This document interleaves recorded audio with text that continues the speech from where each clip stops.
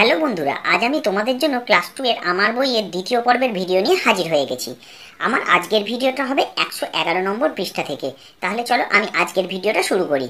প্রথমে দেখো কি লেখা রয়েছে, সি অ্যান্ড সে, দেখো এবং বলো। দেখো এখানে একটা বাঘের ছবি রয়েছে, তাহলে বাঘ ইংরেজি টাইগার।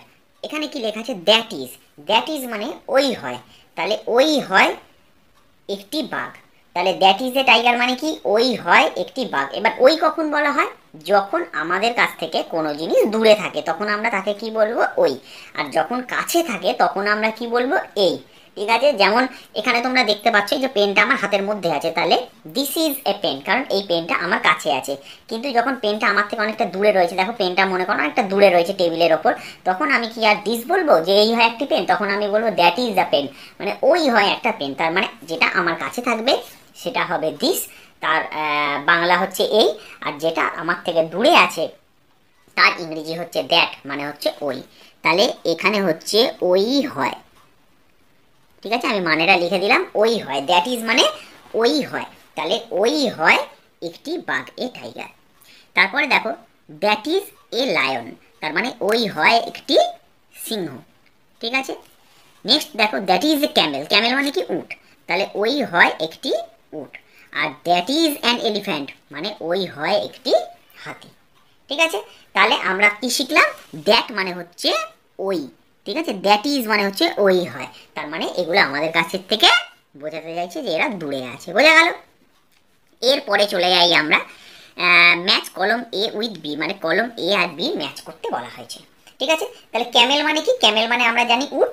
ঠিক আছে, ক্যামেল মানে উট, লায়ন মানে সিংহ, এলিফ্যান্ট মানে হাতি, টাইগার মানে বাঘ। এগুলো আমরা নিশ্চয়ই সকলেই জানি, তাই এগুলোর আমি আলাদা করে আর মানে তোমাদেরকে লিখে দিলাম না। ঠিক আছে, এবারে দেখো বিতে দেখো কি রয়েছে, ট্রাঙ্ক। ট্রাঙ্ক মানে কি জানো, ট্রাঙ্ক মানে হচ্ছে সুর। ঠিক আছে, স্ট্রাইপস। স্ট্রাইপস মানে হচ্ছে ডোরা কাটা দাগ। ঠিক আছে, মেন মানে হচ্ছে কেশর। আমি পরে সব বুঝিয়ে দিচ্ছি তোমাদেরকে। হাম্প মানে হচ্ছে কুঁজ, কুঁজ। ঠিক আছে, এবারে দেখো ক্যামেল। ক্যামেল মানে হচ্ছে উট, তাহলে আমরা উটের কোনগুলো রয়েছে, এর মধ্যে উটের কোনগুলো রয়েছে দেখো, উটের এই যে অংশটা, এই অংশটা হচ্ছে উটের হচ্ছে কুঁজ, এই যে এই জায়গাটা হচ্ছে কুঁজ। আমি এখানে দাগ দিয়ে তোমাদেরকে দেখিয়ে দিচ্ছি, এটার নামই হচ্ছে হাম্প, HUMP, হাম্প। হাম্প মানে কি, হাম্প মানে হচ্ছে কুঁজ।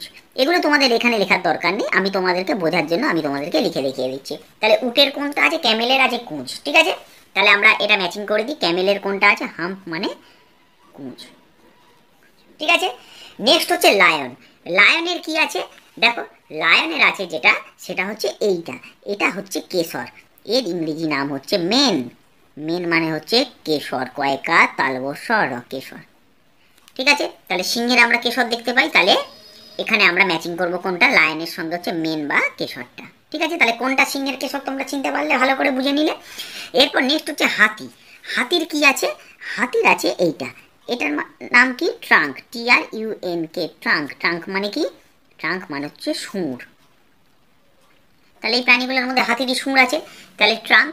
তাহলে এলিফ্যান্টের সঙ্গে আমরা ম্যাচিং করব কোনটা, ট্রাঙ্ক। ঠিক আছে, এরপরে টাইগার। টাইগারের এই যে বডি, মানে বাঘের এই যে বডি, এই বডিতে এই যে ডোরা কাটা যে দাগগুলো আছে, এটাই হচ্ছে স্ট্রাইপস। শুধু একটা দাগ নয়, এখানে যে কটা দাগ আছে সবগুলো মিলিয়ে কিন্তু স্ট্রাইপস। স্ট্রাইপস মানে কি, স্ট্রাইপস মানে হচ্ছে ডোরা কাটা দাগ। ঠিক আছে, স্ট্রাইপস মানে হচ্ছে ডোরা কাটা দাগ। তাহলে টাইগার বাঘের কোনটা আছে, স্ট্রাইপস আছে, ডোরা কাটা দাগ।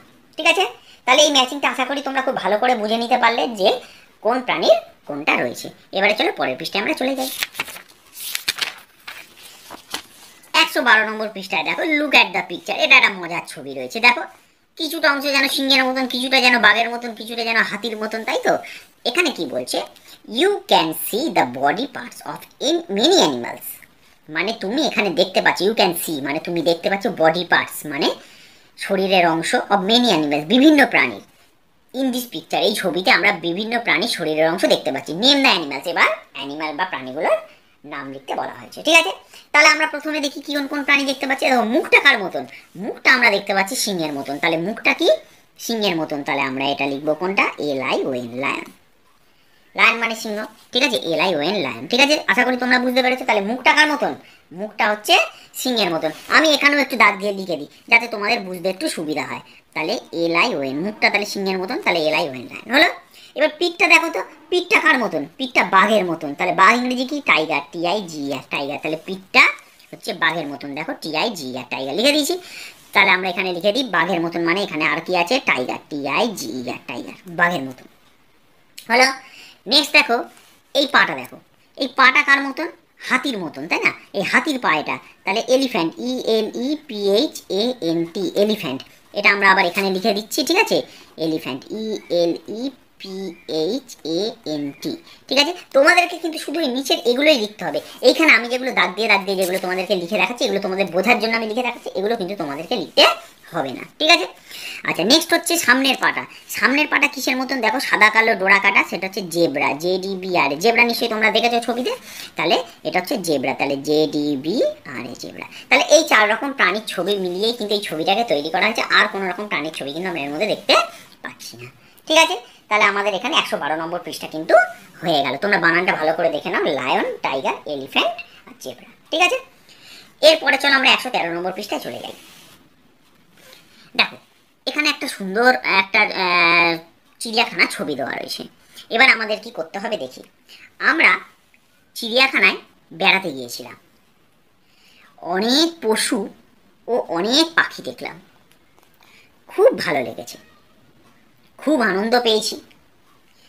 পশু পাখিগুলোকে খুব মনে পড়ছে।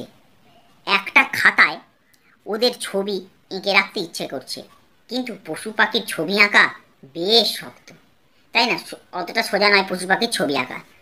তাহলে আমরা চিড়িয়াখানায় অনেকেই আমরা চিড়িয়াখানায় বেড়াতে গিয়েছিলাম। তাহলে তোমরা কারা কারা চিড়িয়াখানায় বেড়াতে গিয়েছো আমাকে কমেন্ট বক্সে লিখে জানিও। গিয়ে তোমরা কোন কোন প্রাণী দেখেছো সেটা অবশ্যই আমাকে লিখে লিখে জানিও।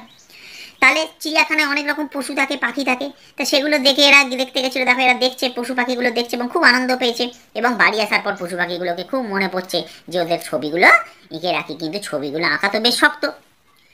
দাদা ছবি আঁকছে, মিঠু আয়, আমরা দাদার সঙ্গে বসে পশু পাখি আঁকার নিয়ম শিখি। তাহলে আঁকার একটা নিয়ম আছে, কোন দিক থেকে দাগ কোন দিকে টানতে হয় তার একটা নিয়ম কানুন আছে, সেটা আমাদের জানতে হবে, তবেই কিন্তু আমরা ভালো করে আঁকতে পারবো। তাই বলছে মিঠু আয় দাদার থেকে শিখে নি।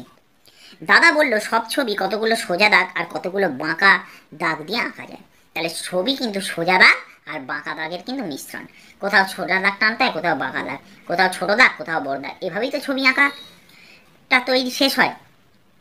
আমরা সোজা দাগ মানে এরকম দাগ ও বাঁকা দাগ মানে এরকম দাগ আঁকলাম, মানে প্রাথমিকভাবে আমরা শিখবো, ঠিক আছে, সোজা দাগ আর বাঁকা দাগ।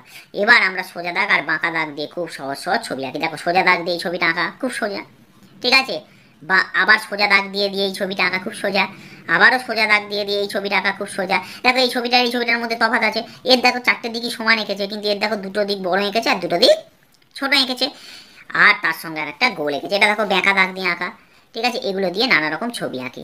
এগুলোর এক একটা নাম আছে, সেই নাম তোমাদের এখনই জানতে হবে না, তোমরা শুধু দেখে রাখো সোজা দাগ আর বাঁকা দাগ দিয়ে কিভাবে ছবিগুলোকে আঁকা হয়েছে, ঠিক আছে। তাহলে আমার আজকের ভিডিও এই 113 নম্বর পৃষ্ঠা পর্যন্তই থাকলো।